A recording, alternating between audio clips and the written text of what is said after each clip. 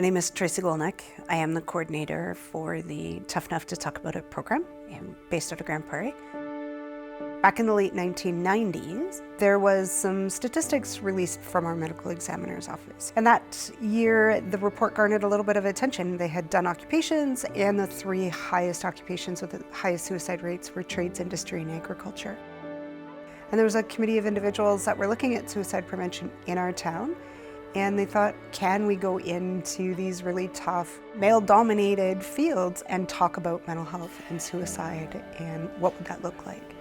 At the beginning, it was a job, just an area that nobody was creating conversations. First year I was with my husband, he lost 4 friends to suicide. I very quickly realized that this pertains to every man and every person in my life. When you go into a pipeline facility, you finish your presentation and you're in the basement in this little windowless room, and 15 men stay on their own time to continue conversations about mental health. We've actually worked that into our instructor training. Is you have to stay, book some time after, because people are going to come up and talk to you. Men just don't talk. It's not just our industry, it's not just agriculture, it's societal. I know it's important to try and reach out and get help when you need it, but I've been guilty of not.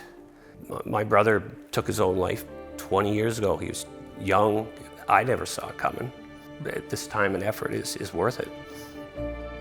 When I had a really good buddy of mine that I graduated with, and we actually worked for the same company. He went home November 2023 for his turnaround, his time out. And he ended up going on a hike by himself and ended his life.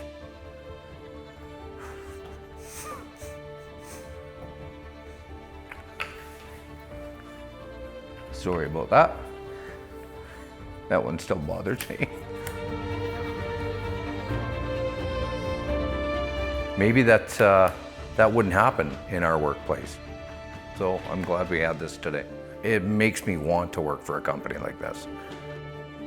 Yeah, like this is great that I can even take it home to my kids and, be cautious about it. So be talking to the guys down there and making sure that they're all good, and something I've never really done before either, right? So talking about mental health gives you your power back.